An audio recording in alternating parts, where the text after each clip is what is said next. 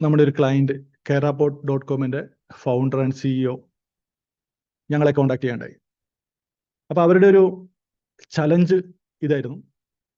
കാരണം അവരുടെ രണ്ടാമത്തെ കൊച്ച് ജനിച്ചതിന് ശേഷം അവർക്ക് മൂത്ത കൊച്ചിനെ കെയർ ചെയ്യാൻ പറ്റുന്നില്ല. അത് മറ്റ് അമ്മമാർക്കും മനസ്സിലാവും. അതേപോലെ കെയറിങ് എന്ന് പറഞ്ഞാൽ ന്യൂബോൺ ബേബിക്ക് കൂടുതൽ കെയറിങ് കൊടുക്കണം. സോ മൂത്തയാളെ സ്വാഭാവികമായിട്ടും കുറയും. അത് ഫുഡിൽ ബാധിക്കും, അവരുടെ ഹെൽത്തിനെ ബാധിക്കും, അതേപോലെ ഓവറോൾ വെൽബീയിങ് കംപ്ലീറ്റ്ലി ബാധിക്കും.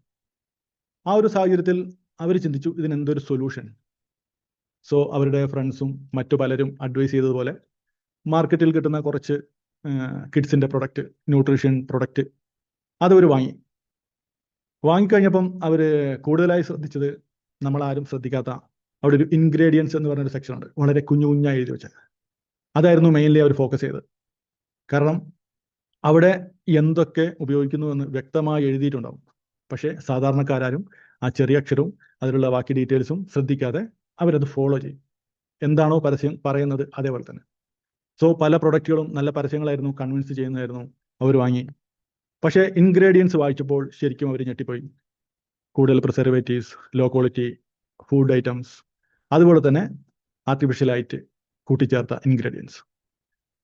സോ അവരൊന്ന് തീരുമാനിച്ചു, ഈ പറഞ്ഞ അല്ലെങ്കിൽ ഈ ഇൻഗ്രീഡിയൻസ് ഒക്കെ ഉള്ള ഫുഡ് നിരന്തരം അല്ലെങ്കിൽ തുടർച്ചയായി എൻ്റെ കൊച്ചിന് കൊടുക്കാൻ പറ്റില്ല.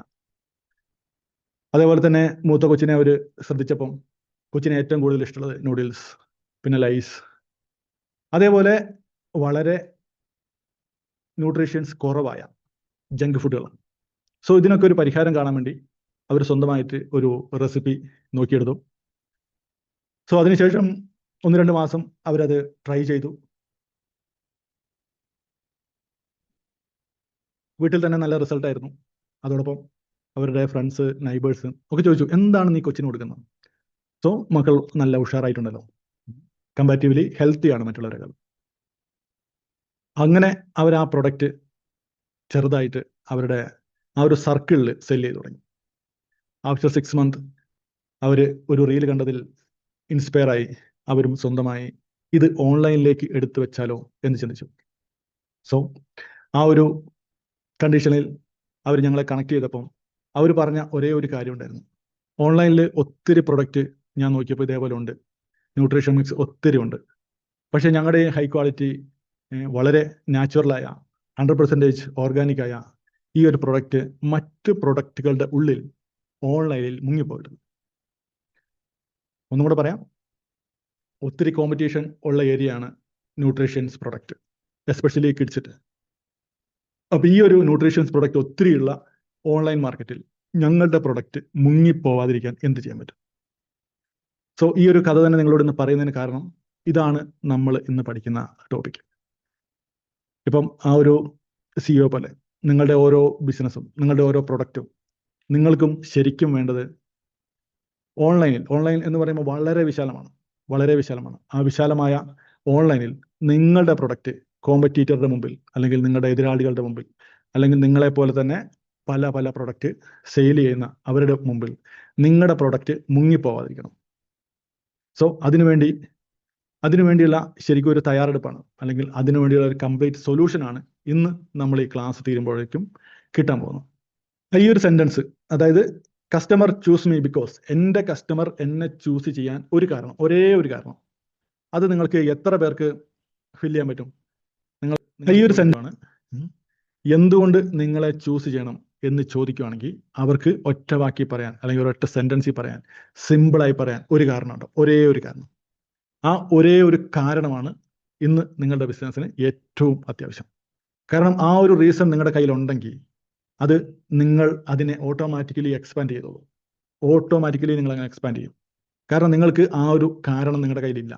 അതുകൊണ്ട് നിങ്ങൾ ആരും തന്നെ ഒന്നും ടൈപ്പ് ചെയ്തിട്ടില്ല. No worries. ആ കാരണം ഇന്ന് നമുക്ക് ഇവിടെ വെച്ച് കണ്ടുപിടിക്കാം. ഈ ക്ലാസ് കഴിയുമ്പോഴേക്കും നിങ്ങൾക്ക് അതിനുള്ള ഉത്തരം നിങ്ങളെ അധികം ബുദ്ധിമുട്ടിക്കാതെ തന്നെ AI ഉപയോഗിച്ച് നമുക്കത് കണ്ടുപിടിക്കാൻ പറ്റും. ഓക്കെ, എന്തുകൊണ്ടാണ് കസ്റ്റമർ എൻ്റെ പ്രൊഡക്റ്റ് വാങ്ങണം എന്നുള്ള സിംഗിൾ ലൈൻ ആൻസർ നമ്മൾ ഫൈൻഡ് ചെയ്യുകയുണ്ടായി.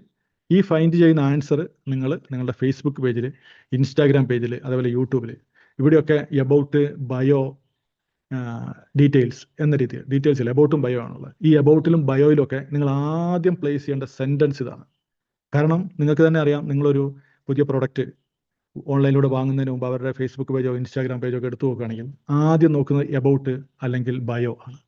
ആ ബയോയിൽ വളരെ സിമ്പിളായിട്ട് ഒറ്റ ലൈനിൽ അവരെന്ത് നിങ്ങൾക്ക് വേണ്ടി ചെയ്തു തരും എന്ന് നിങ്ങൾ കൺവിൻസ് ആയി കഴിഞ്ഞാൽ പകുതി സെയിൽ അവിടെ തന്നെ ക്ലോസ് ആയി. പിന്നെ ഒരിക്കലും ക്യാഷിൻ്റെ പേര് പറഞ്ഞ് ബാർഗെയിനിങ് ചെയ്യത്തില്ല.